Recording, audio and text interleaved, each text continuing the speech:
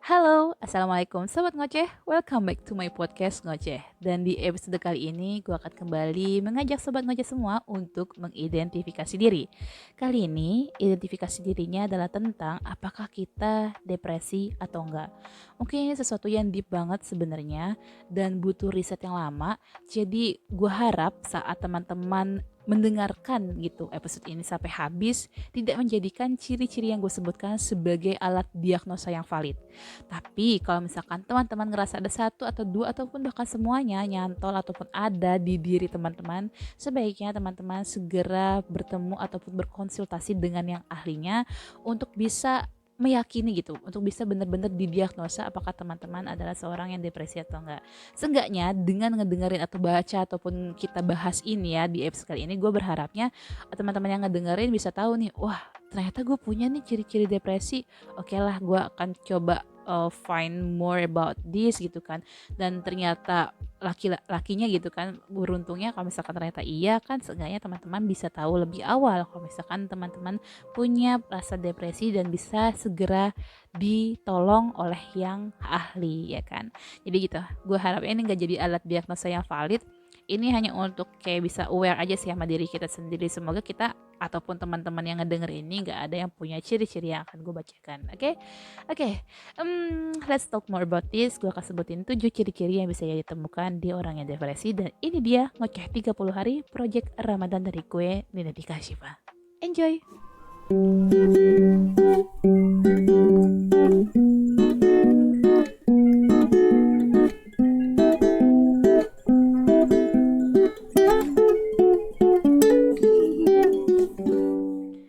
Kita langsung masuk aja ya ke ciri yang pertama. Ciri yang pertama adalah kamu sering mudah merasa stres dan juga mudah sensitif terhadap segala hal, khususnya terhadap sebuah permasalahan. Jadi untuk orang normal itu semua hanyalah small things, tapi bagi kamu itu adalah big things. Jadi kamu mudah ngerasa stres akan sesuatu hal yang bisa jadi sebenarnya bagi orang lain itu biasa aja. Ini terjadi karena mostly orang yang depresi itu carried kayak apa ya, beban hidup yang sangat besar yang selama ini nggak bisa mereka utarakan dengan baik ke lingkungannya, ke orang lain. Ya jadinya saat dia disenggol sedikit dia akan mudah tersulut emosinya, mudah stres, mudah apa ya, bisa dikatakan sangat sensitif terhadap hal-hal yang seharusnya bagi orang normal itu biasa-biasa aja. Lalu yang kedua, lo selalu menjaga jarak dari orang yang lo cintai karena dua hal. Yang pertama, lo gak mau mereka tahu bahwa ada yang tidak baik dari diri lo, ataupun you don't want mereka tahu kalau misalkan you're not fine. Atau yang kedua, lo gak mau mereka ikut-ikutan merasakan apa yang lo rasa. Jadi lo selalu menunjukkan sisi ceria lo aja sama mereka, padahal di dalam hati lo merasakan sebuah kepahitan luar biasa. Makanya ini ngaruh ke yang tadi ya, karena dia keep it dirinya sendiri gitu. Cuman dirinya sendiri yang tahu, dia nggak menyuarakan, mengeluarkan atau mengutarakan atau mengekspresikan, pada akhirnya itu ngendep di dirinya sendiri. Alasannya ya karena dia tidak mau orang-orang yang dicintai, orang-orang yang ada di dekat dia tahu bahwa dia sedang memendam sesuatu hal yang berat karena mereka nggak mau ngerepotin orang lain, ataupun mereka nggak mau dijudge sebagai orang yang punya penyakit tertentu. Lalu yang ketiga, lo tuh selalu capek gitu setiap saat, lo selalu lelah setiap saat. Ya capek sama aja dengan lelah lah. Karena apa? Balik lagi ke yang pertama, karena orang-orang depresi itu ngendepin semuanya sendiri, mikirin semuanya sendiri, carried like baggage gitu loh, kayak so much baggage, kayak lo tuh kepikiran hal tertentu yang lo pendam sendiri gitu, gak lo ekspresikan ke orang lain. Dan saat lo memendam ini sendiri, itu akan drain your energy dan lo akan merasa capek, lelah setiap saat. Cara terbaiknya adalah dengan mengutarakan atau cari minimal satu orang aja yang lo percaya untuk bisa ngedengerin semua curahan ataupun isi hati lo gitu. Ibaratnya kayak cari tempat sampah lah untuk ngebuang emosi negatif lo. Lalu yang keempat, lo kehilangan interest itu kayak kehilangan ketertarikan segala hal di dunia ini. Suka banget ngevlog, tiba-tiba gak suka ngevlog. Ya tadinya suka banget nulis, bisa jadi berhenti nulis. ini deh salah satu ciri-ciri depresi. Karena lo ngerasa di dunia ini lo udah gak ada gak ada gunanya lagi hidup di dunia ini, dan gak ada satupun hal di dunia ini yang bisa membuat lo bahagia, bahkan untuk hal-hal yang lo passionate about. Lalu yang kelima, lo cenderung pengen untuk tidur aja kalau misalkan lo udah depressed. Karena tadi balik ke hal yang 4, lo gak menemukan sesuatu hal menarik untuk bisa mengalihkan pikiran lo. Jadi lo lebih milih untuk tidur aja gitu kan, melakukan hal yang gak butuh emosi, gak butuh pikiran gitu kan. Kalau tidur kan kita ya pikiran kita buang jauh-jauh, perasaan kita buang jauh-jauh gitu kan. Dan itu salah satu hal yang dilakukan orang depresi untuk bisa mengalihkan rasa sakit yang dia emban sendiri. Nah, emban itu maksudnya dia terlalu banyak mengemban pikiran, mengemban masalah, mengemban perasaan, itu yang membuat orang-orang tuh depresi.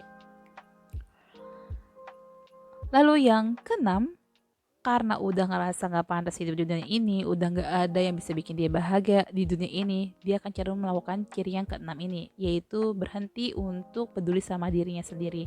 Karena dia udah gak cinta sama dirinya sendiri, dia udah yang benci sama dirinya sendiri, gak ngerasa ada yang bisa ataupun ada sesuatu hal yang nempel di tubuhnya untuk bisa membuat dia menjadi seseorang yang bahagia, ataupun bisa membuat dia menghadapi hal-hal atau masalah-masalah yang dia tengah hadapi.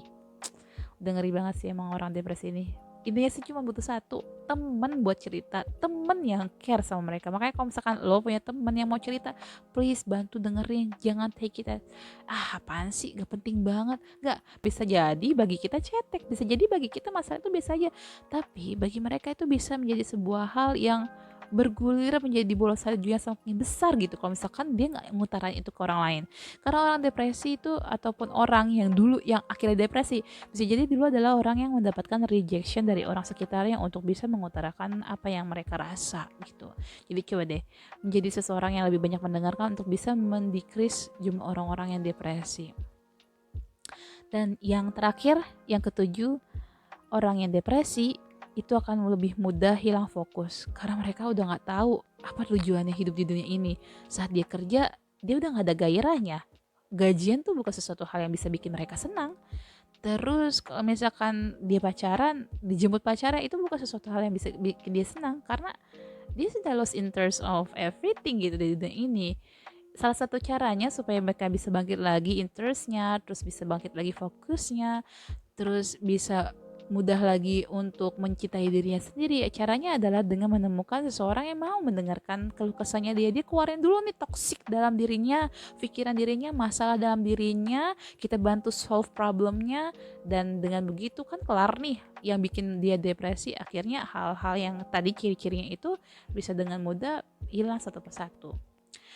Itulah 7 ciri-ciri orang yang depresi yang commonly found di orang-orang yang depresi. Makanya kalau misalkan teman-teman punya 1, 2, 3 ataupun bahkan semuanya, coba deh segera cari teman terdekat untuk ngutarain itu semua. Jangan pernah nyimpen emosi negatif itu sendiri. Jangan pernah berharap akan ada orang yang tahu isi hati lo kalau misalkan lo sendiri gak pernah berusaha untuk mengutarakan itu ke orang lain. Coba bercerita. Ini sesuatu yang sulit sih, kadang gue ngerasain sih untuk hal-hal yang privasi itu sangat sulit untuk kita buka terhadap orang lain. Tapi kita gak perlu cerita sama semua orang kok. Cukup satu orang aja, cari satu orang yang sekiranya bisa ngertiin lo, tahu sudut pandang lo, atau enggak, walaupun mereka gak mengalami hal yang serupa, tapi mereka punya empati yang tinggi. Cari deh. Dan gue sangat welcome untuk teman-teman yang mau cerita tentang keluh kesahnya. Gue mungkin masih belajar menjadi seorang pendengar yang baik, dan gue juga mungkin bukan orang dengan background psikologi atau ya apapun itulah yang berkaitan dengan pribadi manusia dan segala macam, tapi at least gue selalu mencoba untuk mendengarkan dan mencoba untuk bantu cari solusi yang terbaik. Mungkin ya itulah yang bisa gue lakukan saat ini, karena guys, kesehatan mental itu sesuatu hal yang sangat menjadi big issue akhir-akhir ini. Kesehatan fisik bisa dengan mudah, gak mudah sih, tapi lebih mudah didiagnosa dan lebih mudah diobati ketimbang kesehatan mental. Kesehatan mental tidak akan pernah bisa tahu kalau misalkan kita tidak mempelajari ciri-cirinya. gitu kan. Dan kesehatan mental itu akan sulit terdeteksi kalau misalkan kita nggak pernah terbuka sama orang lain. So please, jadilah orang yang lebih terbuka, gak mesti sama semua orang, minimal satu orang aja yang menurut lo itu sangat care sama lo, orang terdekat lo, orang yang sayang sama lo. Oke, well itu aja untuk episode kali ini. Hopefully ini bisa bantu teman-teman semua. Kalau misalkan lagi ngerasa yang, aduh kenapa ya akhir-akhir ini gue hilang fokus, aduh kenapa ya gue kok kayak kehilangan ketertarikan sama suatu hal, aduh kenapa ya kok gue gampang marah segala macem. Ya mungkin bisa jadi ini mengarahkan diri teman-teman yang butuh diobati karena punya ciri-ciri seorang yang depresi. Tapi bisa jadi ini masuk lagi ke ciri-ciri yang lainnya ya. Oke teman-teman, itu aja untuk episode kali ini. Thank you so much for listening. Sorry kalau ada salah kata. Dan lagi-lagi gue mau ingatin ini jangan menjadikan sebagai sebuah alat diagnosa yang valid ya. Teman-teman harus cari yang ahli untuk konsultasi tentang hal ini. Thank you so much once again untuk udah dengerin ini. Ya, bye-bye. Assalamualaikum.